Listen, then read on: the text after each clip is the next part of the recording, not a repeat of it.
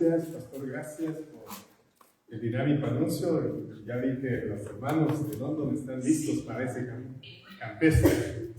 Allá en México decimos campestre. Hermanos, Dios les bendiga. Quiero pedirles la oportunidad de dividir en esta ocasión el tema en dos partes. Quiero tener una mini clase, ¿está bien? Así que pueden anotar, pueden preguntar. Es un espacio pequeño. Y después pasamos al tema, porque la pequeña clase tiene que ver con el tema de esta noche. ¿Les parece? Se llama Aún hay esperanza. Gracias, hermano Guillermo, por la oración. Si yo preguntara esta noche, bienvenidos, si yo preguntara esta noche o esta tarde, ¿qué es la muerte? ¿Cómo la definiría? ¿Qué es la muerte? ¿Sí? ¿Debo subirle el volumen, hermano? Está bien. ¿Está bien? Ok. ¿Qué es la muerte? ¿Cómo la definirían la muerte? Sueño profundo. Un sueño profundo. ¿Ok? ¿Qué concepto darían de la muerte? ¿Qué es la muerte? Según un estado de inconsciencia. Un estado de inconsciencia, muy bien. Hermana Flora, ¿sí? Un sueño, muy bien. ¿Saben? Desde la perspectiva muy humana, la muerte es la ausencia de la vida. ¿Sí decimos? ¿Va conmigo? Es decir, hay personas que están inconscientes, pero pueden estar vivas, ¿verdad? Que están en coma o algo parecido. Pero cuando alguien muere es que ya la vida se fue. Eso es la muerte. Y eso es un concepto importante de entender. La Biblia en el libro de Eclesiastés, y me gustaría que lo vieran, en el libro de Eclesiastés, en el capítulo 9, hablando de la muerte, nos dice lo siguiente. Dice el versículo 5 de Eclesiastés 9. Porque los que viven saben que van a morir.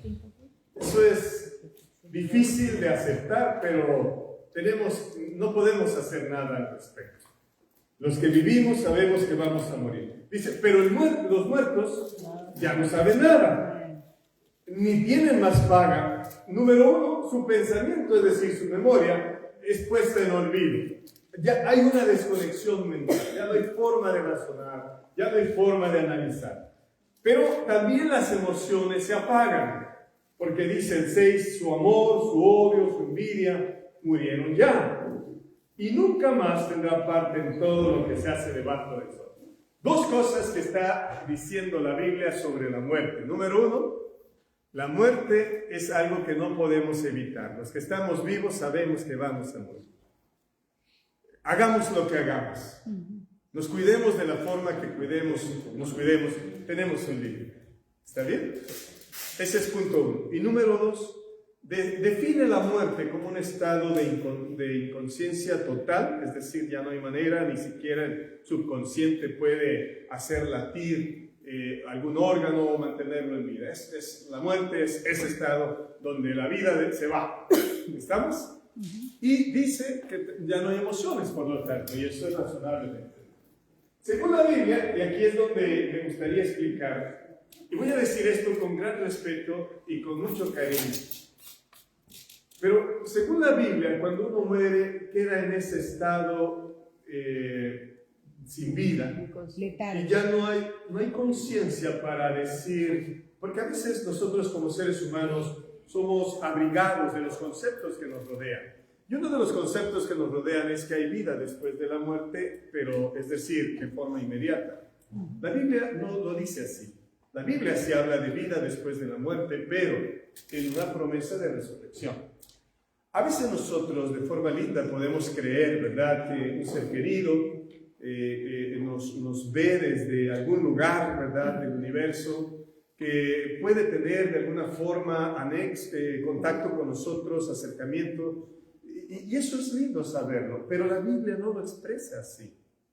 Tiene promesas diferentes, maravillosas en relación al estado de los muertos y la vida.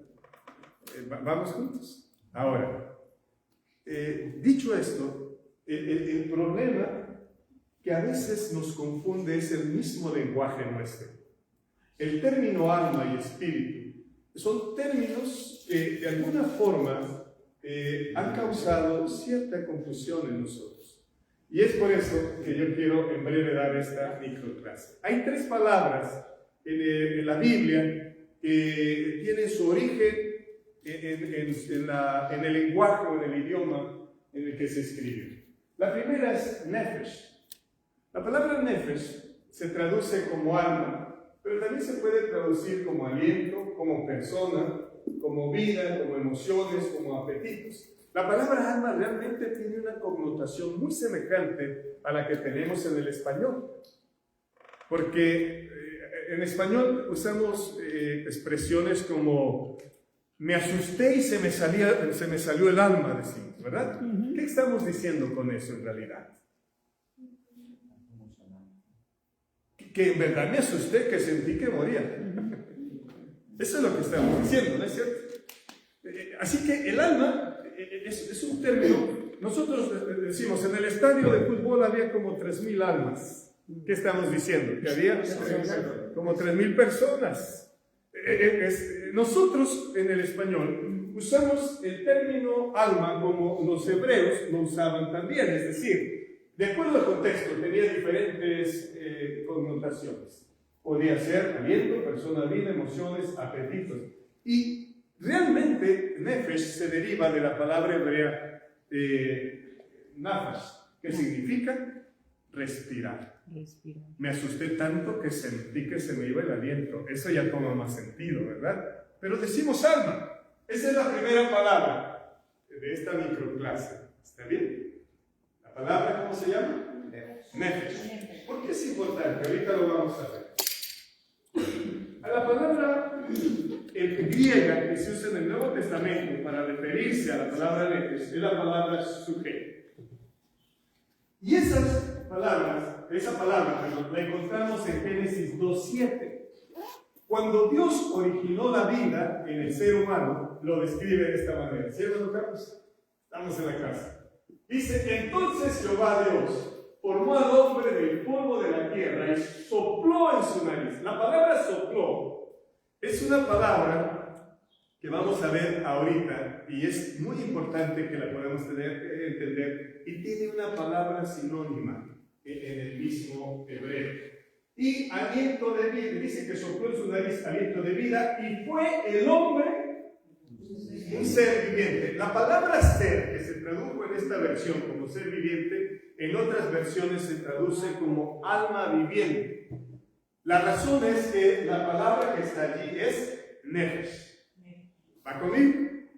La palabra nefesh. Ahora, la pregunta es, cuando alguien muere, en el contexto cinematográfico, nos han enseñado que cuando una persona muere queda el cuerpo inerte, tendido, y entonces hay algo como transparente de la misma persona, hasta con la misma ropa transparente, fíjense, que se desprende, se eleva y de alguna forma se dice, ese es el alma.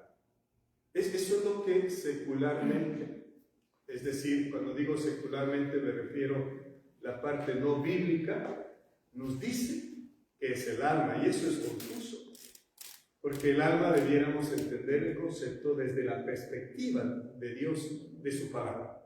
¿Y por qué digo esto? Bueno, estoy tomando en consideración que nosotros podemos pensar en un Dios que es creador, y Dios creador dice que formó al hombre y usó 2 elementos. Porque dice que lo formó del soplo de la tierra, y el polvo de la tierra, y él sopló, aliento de vida. Esa combinación del polvo de la tierra que daba la figura humana, más el soplo de la vida de Dios, generó un ser viviente, un alma viviente, una persona viva. Eso es lo que está diciendo. Ahora, dicho esto, hermanos, vamos a ver las formas en que se traduce, y no vamos a leer todos los textos que están ahí. Pero, por ejemplo, en Génesis 14:21, la Biblia nos dice que la palabra nefesh se traduce como la persona misma. Y si usted me permite, se lo voy a leer, dice: entonces el rey de Sodoma dijo a Abraham: dame las nefesh. Esa es la palabra, está allí en el hebreo original. ¿Dame las qué? Nefesh. Las nefesh, que se traduce como: dame las personas y quédate con los bienes. Nos queda claro que en este contexto el autor estaba pensando no en esa figura que la cinematografía nos hace pensar, que se desprende del cuerpo humano y que vuela como un ánima. No. Nos está explicando que Nefesh es decir, el alma es la persona. En este caso, ¿estamos? Voy a dejarle los textos si usted quiere revisar los demás. Y también la palabra Nefesh da la connotación de la idea de uno mismo. Por ejemplo, en Job 32:2. En el libro de Job, capítulo 32, verso 2. Vamos a buscarlo. Si alguien lo encuentra antes que yo lea, por favor. Job 32:2. Entonces, ¿sí? Eliú, hijo de Baraquel,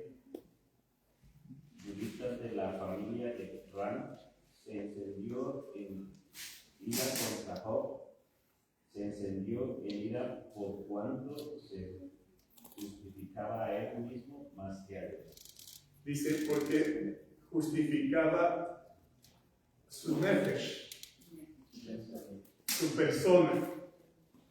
Eso es lo que estaba diciendo. Porque la palabra que se traduce como a sí mismo es nefesh. ¿Nos vamos juntos hasta aquí? Otra forma es para referirse al nombre y decir yo, mío, tú. Eso lo podemos encontrar también en estos mismos pasajes. La palabra vida en Génesis 9:4, cuando le dice a Noé, Dios, ahora vas a poder comer la carne de los animales, pero no su sangre, porque es la nefesh. ¿Va conmigo?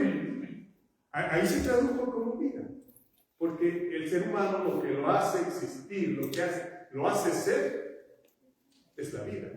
Estamos vivos. Es decir, hay una conciencia de nosotros mismos. Ahora, puede ser un deseo.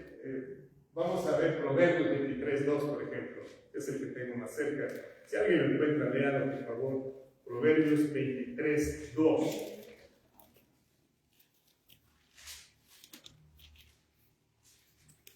¿Por qué es relevante entender esto, hermanos? Porque es bueno, ¿verdad? Sí, hermana Gloria, díganme. Un cuchillo a tu garganta y tienes gran apetito. ¿Sí? Tiene que ver, fíjese, por eso dice que tiene que ver con el deseo. Si tienes gran nefesh, tienes gran anhelo, o mucho apetito. El traductor, para poderle dar sentido, ¿alguien iba a decir algo? ¿No? Bien.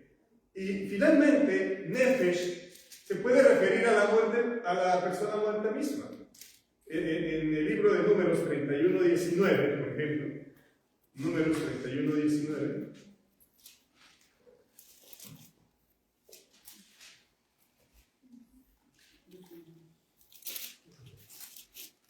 Vosotros, cualquiera que haya dado muerte a persona, y cualquiera que haya tocado muerto, permanecerá fuera del campamento 7 días, y os purificaréis al tercer día, y al séptimo vosotros y vuestros cautivos. Gracias, hermana Andrea. Dice, si dieres muerte a nefesh, a personas, ¿verdad? Es decir, que el nefesh, puede morir, porque el nefesh es la persona que Dios creó y le dio vida con el soplo de vida. Es decir, todos los que estamos aquí somos nefesh vivientes, según Génesis 2:7. Vamos juntos. Y cuando morimos, somos nefesh muertas. Pero al fin nefesh, es decir, almas vivas o muertes, pero no en el concepto, ya les dije, mítico o místico, sino en el contexto bíblico. Ahora, dicho esto, déjeme decirle la segunda palabra. La segunda palabra es ruach, pero tiene una sinónima que es neshama. Cuando la Biblia dice que Dios sopló aliento de vida, en Génesis 2:7, dice, ese acto de soplar no fue un ruach, fue un neshama. ¿Va conmigo? Pero estas palabras tienen mucha similitud en la Biblia y la que más se usa es ruach. Pueden tener los mismos significados. Así que cuando dice que Dios sopló aliento de vida, es que sopló, es decir, neshama. Dios dio la respiración. Ahora, si pudiéramos entrar un poco más hacia el punto del significado de ruach y neshama, déjeme decírselo ahora usando Eclesiastés 12:7, porque Eclesiastés 12:7 hace la parte contraria a lo que hizo Dios, o explica la parte contraria a lo que hizo Dios en Génesis 2:7. ¿Qué dice Eclesiastés 12:7? Y aquí ya vamos aterrizando o cerrando esta microclase, ¿les parece? Eclesiastés, capítulo 12, verso 7. Y ahora permítame leerlo, porque quiero ahora hacer un énfasis. Dice en el libro de Eclesiastés 12:7, ¿se acuerdan cómo Dios nos formó? Fuimos formados del polvo de la tierra, más el qué, dígame la palabra. La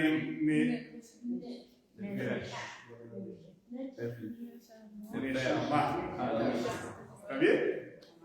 Es decir, el polvo de la vida más el neshama es un nefesh viviente.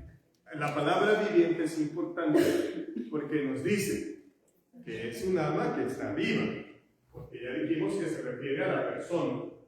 Ahora, eso aquí dice, y el polvo vuelve a la tierra, cuando alguien muere, vuelve a la tierra como era, y aquí viene una palabra que se traduce como espíritu. La pregunta es, ¿será el nefesh, el ruach o el neshama que vuelve a Dios? Neshama. ¿Sí? Neshama. Bien, no vamos a votar quién da más, sino vamos a ver qué dice la palabra en realidad. La palabra que se usa aquí es la palabra ruach. Pero ya dijimos que son sinónimas, ¿se acuerdan? Dijimos que eran sinónimas. Así que la palabra ruach que aparece aquí está diciendo, pero fíjese, ya no dijo que neshama vuelve a Dios, sino la respiración. ¿Por qué? ¿Sabe? Porque le voy a decir algo. El neshama es la respiración en sí misma. Dios sopló y le dio la facultad de respirar. Pero la acción permanente de respirar es ruach. Es la que nos hace saber que estamos vivos. Porque, por ejemplo, yo puedo contener el aire y ya no estoy neshama, pero sigo vivo, porque todavía dentro de mí existe el ruach. ¿Vamos juntos o lo voy a explicar? La respiración en neshama es la acción de respirar nada más. Y ruach tiene que ver no solo con que respiro, sino con que estoy vivo para respirar. ¿Vamos juntos ahora? Entonces, por eso el autor usó la palabra ruach. Sí, pero... Sí, por ejemplo, una persona cuando está respirando por ventilación asistida a una máquina, ahí se puede decir que está viva, pero no puede respirar. Es correcto. Está en ruach. No en neshama. Neshama es la acción que nosotros vamos a tomar aliento. Estoy en neshama. Ahora, ¿por qué uso ruach? Porque tiene que ver con que el espíritu que lo mantiene uno vivo se volvió a Dios. Por eso tuvo que explicar. Cuando alguien muere sucede ese acto. El polvo vuelve a la tierra, de donde fue tomado, Y Dios que da el aliento de vida que hace que la persona esté viva al respirar, o respirando viva, vuelve a Él porque a Él le pertenece la vida. Él es el autor de la vida. Y es la ilustración. Pero miren, en Eclesiastés capítulo 3, en el verso, ahora vamos a Eclesiastés 3 aquí mismo, en los versos 19 al 20, o al 21, perdón, dice así: porque lo que sucede a los hijos de los hombres y lo que sucede a las bestias es un mismo suceso. Como mueren los unos, así mueren los otros. Es decir, se separa el cuerpo del aliento de vida. Eso es lo que está diciendo, tanto en los animales como en los seres humanos. Y luego añade el texto: y una misma ruaj. Ahora ya no lo tradujeron como espíritu, ahora lo tradujeron como uno de sus significados más comunes. Y la respiración, dice, la ruaj, así dice, tienen todos. Ni tiene más el hombre que la bestia, porque todo es vanidad. Todo va a un mismo lugar, todo es hecho polvo y todo volverá al mismo polvo. ¿Quién sabe que el ruaj, ahora volvió a la palabra espíritu, quién sabe si el ruaj, es decir, ese aliento que nos permite estar en vida, que de los hijos de los hombres sube arriba y que el ruaj de los animales desciende abajo de la tierra? ¿Se da cuenta cómo el intérprete elige dos palabras para la misma palabra, pero en realidad está hablando del mismo concepto? Es decir, hay una separación de lo que es el cuerpo, el elemento físico, del elemento que el ser humano no puede igualar, que es el don de la vida, porque solo proviene la vida de Dios. El ser humano ha logrado hacer una célula con todas las características, con todos los nutrientes que pueda tener, pero no le ha podido dar vida a esa célula. ¿Sabe por qué? Porque el único que tiene vida en sí mismo es Dios. Me encanta cómo lo describe Cristo cuando Él habla de su ofrecimiento por nosotros. Dice en San Juan capítulo 10, versos 17 y 18. Dice Jesús: yo pongo mi vida para volverla a tomar. Tengo poder para ponerla y tengo poder para volverla a tomar. Así que en ese contexto nos vuelve a confirmar Jesús lo que dijo en San Juan 14:6. Yo soy el camino, yo soy la verdad y yo soy la vida. Y en el verso 10 de San Juan 10 dice: yo he venido para que tengan vida y la tengan como en abundancia. Dicho todo esto, ¿por qué quería decirlo? Mire, en Job capítulo 34, verso 14, y lo quiero leer porque me resulta importante que Job lo entendía de la manera, porque él entendía el lenguaje como era. Dice Job 34, 14: si él pusiese sobre el hombre su corazón y recogiese su ruaj y su nemashah, ¿sí? Es decir, aquí usa las dos palabras en un mismo sentido. Su espíritu lo está refiriendo a su existencia y su neshama lo está refiriendo a su respiración, de la acción de respirar. Así que, hermanos, ahora el Salmo 46 dice algo semejante. Yo termino la clase aquí. Ahora vamos a entrar al tema de esta tarde. ¿Está bien? Y no les voy a quitar más tiempo por la clase, no. Pero me era importante que pudiéramos nosotros considerar el concepto de lo que es la muerte. La muerte en sí, dicho en el lenguaje humano, es la ausencia de la vida, ¿sí? Y el ser humano ha pensado de alguna forma conservar un hilo de esperanza cuando un ser querido es separado a causa de la muerte. Pero la realidad de la muerte es que no importa cuál sea nuestro concepto, siempre va a causar dolor. Y la razón es porque Dios no nos hizo para que muriéramos. Dios nos hizo para que tuviéramos vida y la tuviéramos en abundancia. Y Él no ha quitado el dedo del renglón. Vamos juntos. Ahora yo quiero hablarles de un encuentro de una persona con Cristo y quiero que vayamos al libro del Evangelio según San Juan. Pero antes de ir a ese pasaje, me gustaría que nos detuviéramos de nuevo en Eclesiastés capítulo 9 y voy a leer el versículo 4. Dice la palabra del Señor: aún hay esperanza. ¿Aún hay qué? Aún hay esperanza para todo aquel que está entre los vivos. ¿Por qué hace ese énfasis el autor de Eclesiastés? Porque el que está muerto ya no puede pensar, ya no puede desear, ya no tiene emociones, ya no tiene aspiraciones. Así que quien ha muerto simplemente ha dejado de existir. Esa es la palabra más profunda y más exacta sobre la muerte en el contexto bíblico. Antes de nacer no existíamos, más bien antes de ser concebidos no existíamos, y después de vivir y morimos, dejamos de existir, volvemos a ese estado de inexistencia.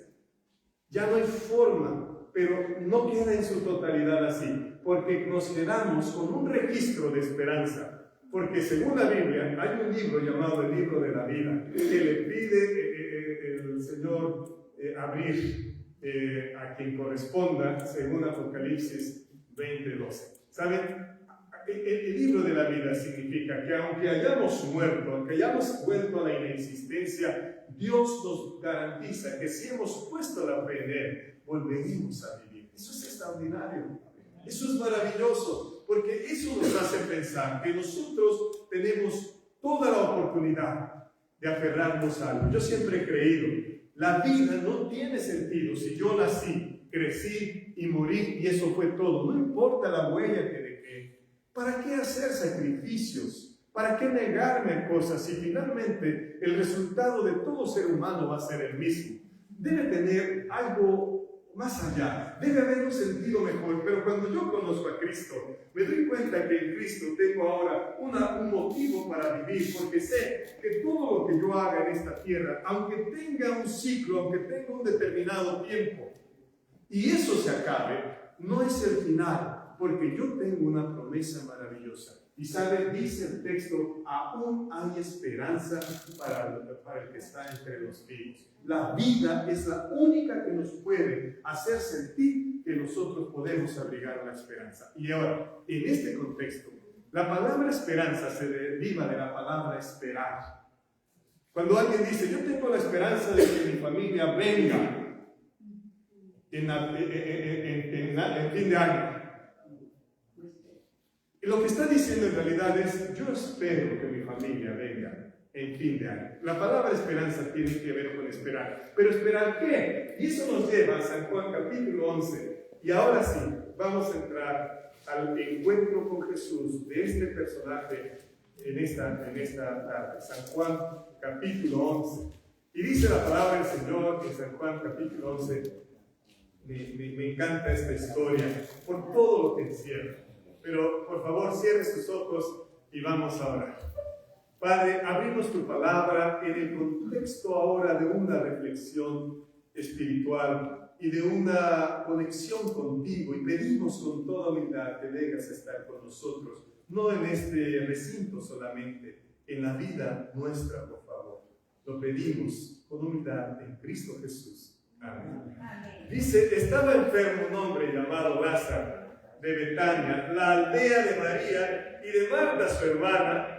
Y saben, dice el texto del verso 3, que ellas le mandaron a decir a Jesús, he aquí el que amas está enfermo.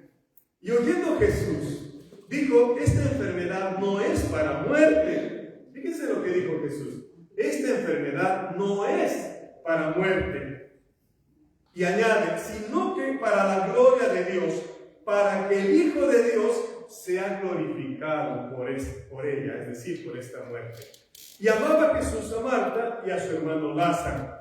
Pero, dice el verso 6, qué curioso, cuando yo, Jesús, pues estaba enfermo, Lázaro, en lugar de salir a sanarlo, dice el texto que se quedó 2 días más en el lugar donde estaba. Y la pregunta es, ¿por qué? ¿Qué clase de amigo hace eso?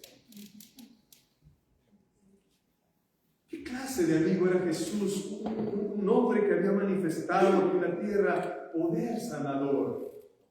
Lo que Marta esperaba era que Jesús apareciera y levantara del lecho de enfermedad a Lázaro, su hermano. Pero Jesús no fue. No lo hizo. Y probablemente Marta debió haberse preguntado por qué. ¿Qué tan importante fue para Jesús otra persona? ¿Qué tan importante fue para Jesús otro asunto que no se ocupó de mi hermano? De hecho, durante la ausencia de Jesús, de la ausencia de su visita a este hermano, a Lázaro, la Biblia nos explica que Lázaro, cuando Jesús llegó, ya había muerto. Imagínate lo que Marta debió haber experimentado en decepción. Es decir, ¿cómo? Y sabes, ese es un sentimiento natural en nosotros. Porque nosotros creemos en un Dios todopoderoso. Creemos en un Dios amoroso. Le hemos confiado nuestra vida, le hemos confiado nuestra existencia. Pero somos tan humanos que también nos podemos sentir tentados a decepcionarnos de Dios, porque Dios no está respondiendo de la manera que yo creo que debe responder, en el momento que creo que debe hacerlo. Porque la parte más compleja, podría decir, ¿verdad?, es el hecho de que nosotros podamos pensar que nuestro Dios no está actuando en el momento que yo creo que debe hacerlo. Y hay personas que abandonan a Dios no porque dejan de creer en Dios, lo abandonan porque piensan que Dios realmente no tiene interés en nosotros. En el mundo en general a eso se le llama deísmo. El deísmo significa que yo sí creo que Dios existe, pero Dios no interactúa con nosotros, nos dejó ya, nos abandonó, ahí arréglenselas como ustedes puedan. Eso es el concepto del deísmo. Nosotros no somos deístas.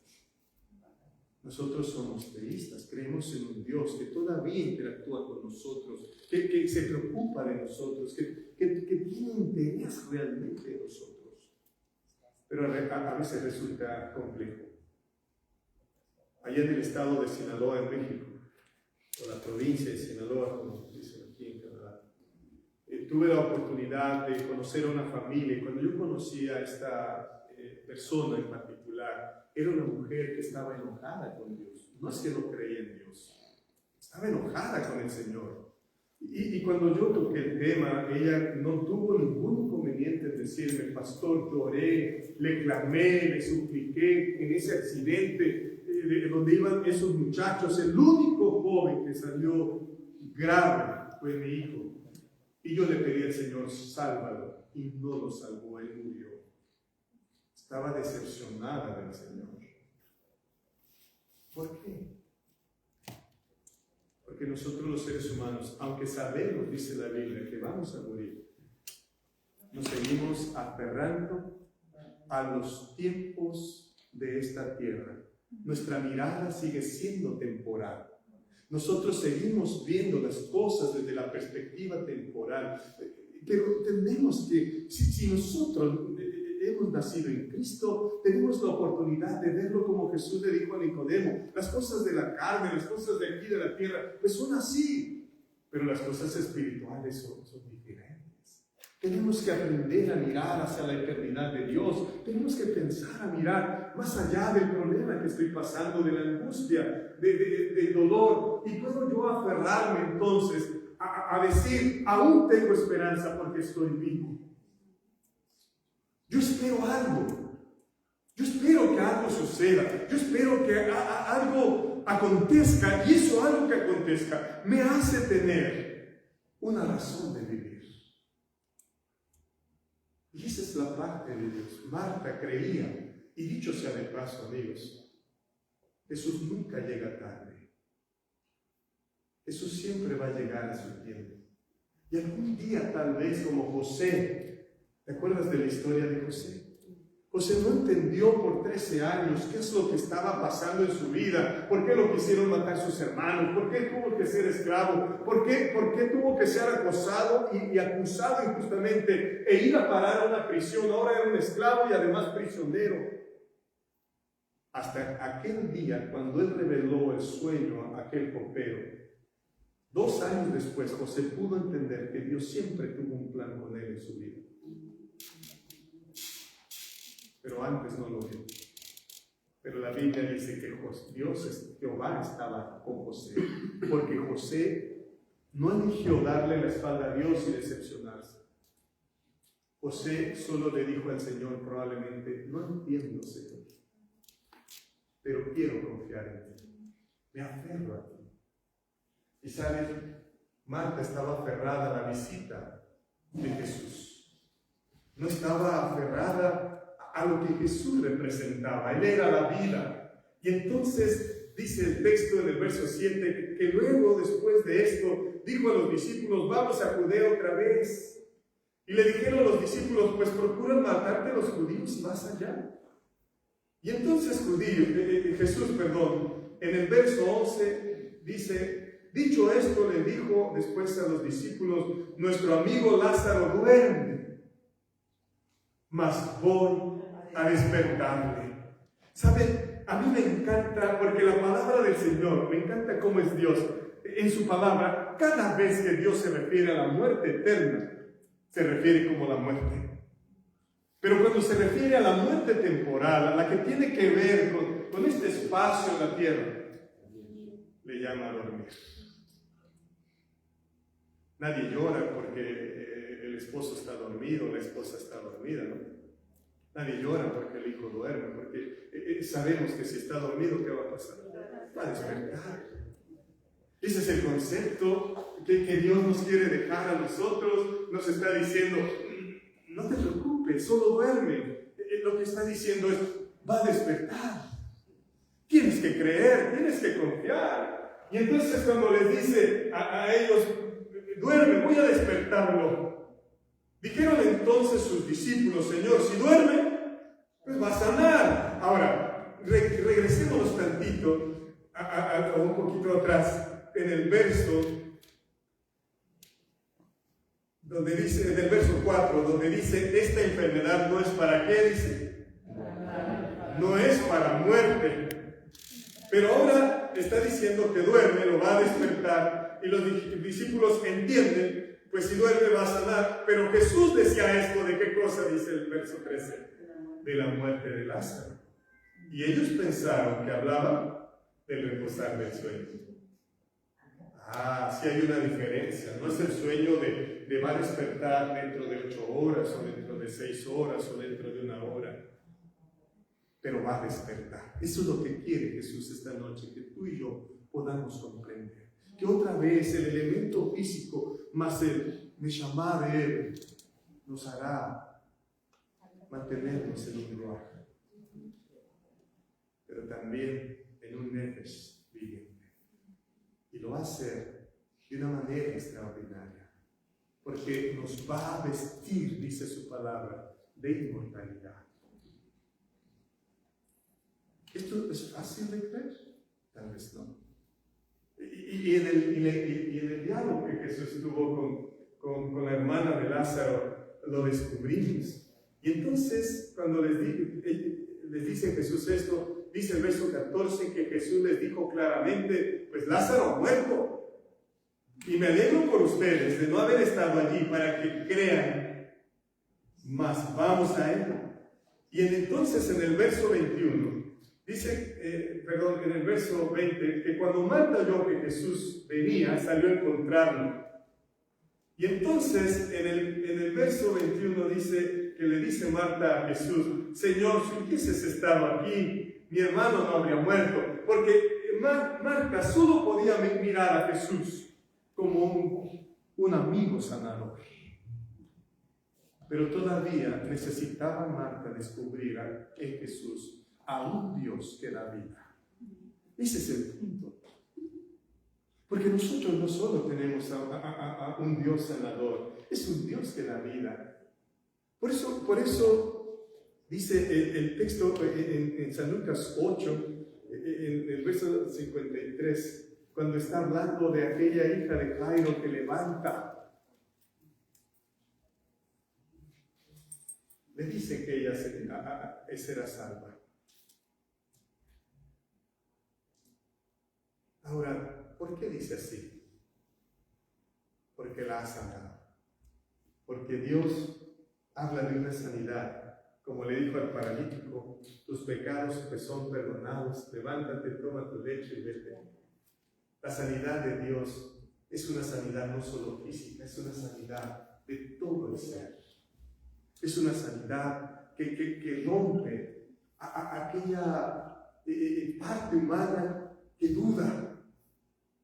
Y por eso el Señor nos ofrece el regalo de la fe, como parte del fruto de su Espíritu Santo que ayer hablábamos. Y entonces, dice el texto ahora, que Jesús le dice a Marta, a esa mujer que le estaba reclamando, si tú hubieras estado aquí, mi hermano no habría muerto, y dice el 22, mas sé ahora que todo lo que pidáis a Dios, pues Dios te lo dará. Y Jesús le dijo, tu hermano va a resucitar. Y todavía ella con cierta decepción le dice, pues sí, yo sé, porque ella creía en la resurrección, es obvio, pero pues va a ser en el último día de la tierra, le dice. A eso se refiere, al último día. Y Jesús le dijo, no tienes que esperar. Eso yo lo parafraseo. Jesús le dice, yo soy, Marta, yo soy la resurrección y la vida. El que cree en mí, aunque esté muerto, va a vivir. Y luego le añade, y todo aquel que vive y cree en mí, no morirá eternamente. Y le pregunta, ¿tú lo crees? Porque esta noche yo debo preguntarte lo mismo. ¿Tú lo crees? Porque si tú lo crees, no tendrías razón para decepcionarte de Dios. Hizo un plan. Dios tiene un plan, tiene un programa con nosotros. Lo ha pensado. Pero Dios en ese plan nos llena de fe y de esperanza a través de su palabra. Por eso lo más importante no es poder explicar de los conceptos de Nefesh, de Ruach, de Neshama. No, eso no es lo más importante. Esta noche lo más importante es que nosotros sepamos que tenemos un Dios que tiene un plan de vida y vida eterna para cada uno de los que estamos aquí. Amén. Solo tenemos que creer.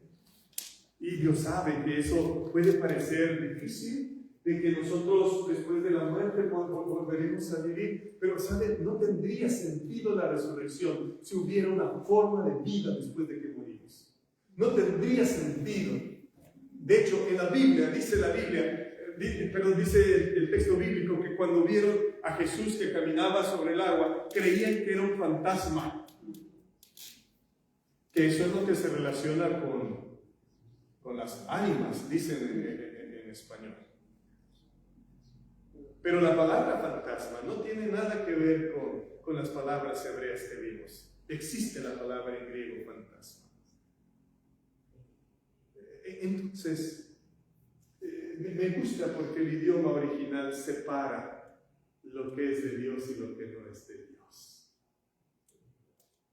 Ahora, hermanos, dicho esto, yo no puedo imaginar, pero dice en el verso 27 que Marta le dijo, sí, Señor. Y ahora miren la declaración que ella hace. Yo he creído que tú eres el Cristo, el Hijo de Dios que has venido al mundo. Yo quiero creer que mi hermano va a vivir allá en aquella fecha, pero el Señor no esperó. En el verso 34 le pregunta, ¿dónde le has puesto? Y Jesús lloró porque vio la incredulidad seguramente, y le dijeron los que estaban allí, los judíos, miren cómo le amaba. Y entonces Jesús llega hasta el sepulcro y dice el 39 que les dice, quiten la piedra. Y Marta, la hermana del Señor, se preocupa y le dice, Señor, pues ya huele mal, hiede, hace 4 días que murió. Es decir, ¿creyó o no creyó? No creyó, no creyó. O sea, creyera la vida en el último día, el día postrero más. Seguía creyendo que no era algo que podía ser real. Todavía. Pero creía que Jesús era Dios. Nosotros no solo debemos creer que Dios es Dios, sino que es un Dios que está aquí para nosotros, que vive entre nosotros, se preocupa por nosotros. Por eso no somos deístas. El deísta cree que Dios nos abandonó. El verdadero cristiano nunca va a creer eso. Dios está aquí. No lo entiendo, Señor, me duele. Yo no sé si algún día lo voy a entender. Me está doliendo lo que está pasando. Yo puedo decir todo eso, pero elijo creer en ti. Elijo poner mi vida en ti. Elijo poner todo mi ser en tus manos. Esa es la parte que nos toca. Y entonces, cuando Marta le dice eso al Señor, el Señor le pregunta también, ¿no te he dicho que si crees verás la gloria de Dios? Creer no es decirlo, creer es vivirlo. La fe es dinámica, hermanos. La fe no es muerta, dice el apóstol. La fe es dinámica, la fe es activa, la fe tiene que ejercerse. No solo tengo que explicarlo y decirlo de forma amigable, bonita, no. Yo tengo que transmitir que en verdad he puesto mi confianza en el Señor, aunque yo no lo entienda. Yo me siento sorprendido cuando después de un servicio fúnebre las personas dicen, qué increíble, qué paz se sintió en este funeral. Me ha tocado escuchar. Y yo siempre digo, gloria al Señor, porque aún en la muerte las obras siguen dando testimonio. Porque hay esperanza. ¿Para quién? Para los que estamos entre los vivos. El que muere ya no puede generar esperanza. Y entonces Jesús dice en el verso 41, alzando los ojos a lo alto, dijo, Padre, gracias te doy por haberme oído. Yo sabía que siempre me oyes, pero lo dije por causa de la multitud que está alrededor, para que crean que tú me enviaste. Así que, hermanos, esta historia es para que creamos que Jesús es el Hijo de Dios. Pero el corazón. Y entonces dice, que habiendo dicho esto, clamó y le dijo a Lázaro, Lázaro, ven, sal. Y el que había muerto salió en sus propios pies. Dice que salió atado de las manos, los pies con vendas y el rostro envuelto en un sudario. Y Jesús dijo, desátenle y déjenle ir, porque ahora es un nefesh viviente. ¿Está conmigo? Había vuelto a suceder que el polvo y el soplo de vida se volvieron a unir. Ahora estaba el milagro. Imagínese a Marta, que pensaba que eso estaba para el último día. Lo vio allí, porque ella tuvo el privilegio de tener allí en ese momento al que es la verdad y la vida. Pero ¿qué crees? Nosotros también, por medio de la fe, Dios está contigo. Y es cuestión de abrir la mente y el corazón al Señor y decir, como dijo Marta, yo creo que tú eres todo lo que me has dicho. Y lo quiero vivir. No me dejes dudar. Y aunque a veces no lo entienda, por favor, sosténme, Señor. Yo quiero estar de pie. Quiero ser levantado de donde sea. El apóstol Pablo lo explicó en 1 Corintios capítulo 15. En 1 Corintios capítulo 15 dice la palabra del Señor a partir del verso 51. He aquí les digo un misterio, no todos dormiremos, y hay que poner ahí un paréntesis, el sueño de la muerte. No todos, alguien va a estar vivo para cuando Cristo venga, y él dice, no todos dormiremos, pero todos, eso sí, todos seremos, vivos y los que estaban muertos, todos seremos transformados Y luego añade, en un momento, en un abrir y cerrar de ojos, en un parpadear, diríamos nosotros, al final de la trompeta, porque se va a tocar trompeta y los muertos serán resucitados incorruptibles y nosotros seremos transformados, porque es necesario que esto corrupto se vista de incorrupción y esto mortal se vista de inmortalidad. Y cuando esto corrupto se vista de incorrupción y esto mortal se vista de inmortalidad, entonces se cumplirá la palabra escrita: sorbida es la muerte con victoria. Amén. ¿Sabes? El encuentro de Marta con Jesús, una experiencia de la lucha entre la decepción, la duda y la fe.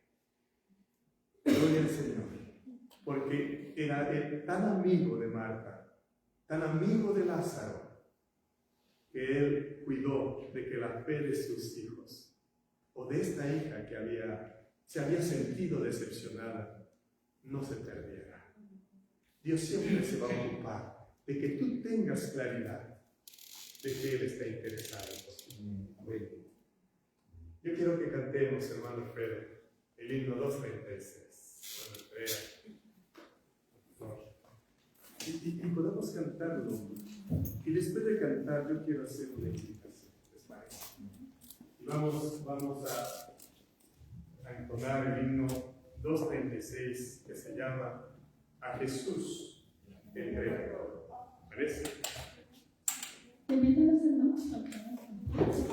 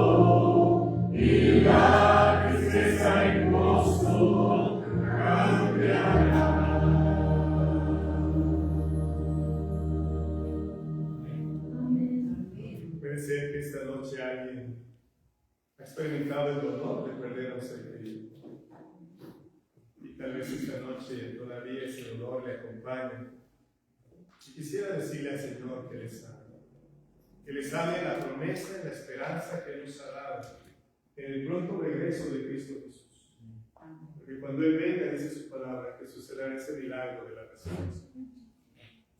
Así que también, si alguna vez te sentiste decepcionado o decepcionada de nuestro Dios, porque no respondió en la forma o en el momento que tú creías que debía ser, pero que esta noche tú quieres entregar al Señor esa carga, ese pesar, y quisieras que Él pueda enviar su bálsamo sanador a través de su Santo Espíritu, yo quiero invitarte a acercarte otra vez para orar. ¿Te parece? Y hay alguien que esta noche quisiera decirle al Señor eso: sáname, Señor. Confirma mi fe, mi esperanza. Gloria a Dios. Hay alguien más que quisiera venir y unirse a esta oración, porque esta noche el Señor quiere que nosotros salgamos con la paz que da la esperanza que podemos ser. Dios es un Dios sanador, es un Dios que no nos va a defraudar. Nosotros podemos defraudarlo, Él no. Solo a veces no nos podrá explicar lo que Él quisiera que supiéramos, porque Él desea que ejerzamos la fe. Y esta noche alguien quisiera también decir como Marta: yo creo que Jesús es el Hijo de Dios, que va a venir y va a cumplir esa promesa. Y también quisiera acercarse en esta oración porque hoy acepta a Jesús como Dios y Señor de su vida también. Alguien quisiera ver y acercarse. Gloria a Dios. Hermano José. Gloria al Señor. Hay alguien más que quisiera. Gloria al Señor. Dios es Dios salvador. No hay más. Y tenemos que tomar decisiones por Él. Ella la tomó por nosotros. Así que a Jesús, como dice el canto, entregamos. Yo me voy a arrodillar, si tú puedes arrodillarte. Si no, quédate de pie. No pasa nada. No puedes sentarte. Vamos a clamar al Señor. Padre Dios, gracias por esta noche. El concepto de la muerte es más fácil entenderlo que experimentarlo. No queremos enfrentar la pérdida de un ser amado. No quisiéramos dejar de existir. Pero lamentablemente en este mundo de pecado, tu palabra nos asegura que la muerte es algo que existe. Quizás alguien, Señor, de los que están aquí, tuvieron ese dolor de perder a un ser querido en el sueño de la muerte. Pero permite, Señor, que tengan la esperanza de vivir y de encontrarse con el ser amado. Porque tú eres juez justo. Porque el cielo estará lleno de sorpresas. Porque tú eres el único que puedes determinar por qué alguien estará en la eternidad o no, y nos los explicarás en aquel tiempo. Así que, Señor, permite que la esperanza sea parte de la vida de los que estamos aquí. Amén. Te ruego, Señor, que sanes cualquier dolor. Y si alguien se sintió decepcionado como esa madre que comenté, que tú conoces, porque su hijo no sobrevivió a aquel accidente, estaba enojada contigo, permite que no suceda eso con nosotros. Y aunque nos podamos sentir frustrados, Señor, jamás permitas que nos decepcionemos de ti. Y manifiéstate para que nuestra fe, nuestra esperanza y nuestro amor a ti puedan volver a crecer para tu obra y salvación nuestra. Y querido Padre, si esta noche su hermano José y alguien más se acercó porque te eligen como su Dios y Salvador, alabado sea tu nombre, porque están eligiendo la vida eterna que es en Cristo Jesús. Amén. Porque, Señor, tú eres la resurrección y la vida, y has dicho que todo aquel que cree en ti, aunque esté muerto, va a vivir. Amén. Y los que estamos vivos, y si morimos, no será eternamente. Y si nos preguntas si lo creemos esta noche, te queremos decir que sí. Amén. Padre, bendice tu iglesia, ¿no? Que sea una iglesia viva en todos los sentidos. Te lo los hogares de mis hermanos puedan ser aromatizados con la fragancia de tu Santo Espíritu, Señor. Que el Padre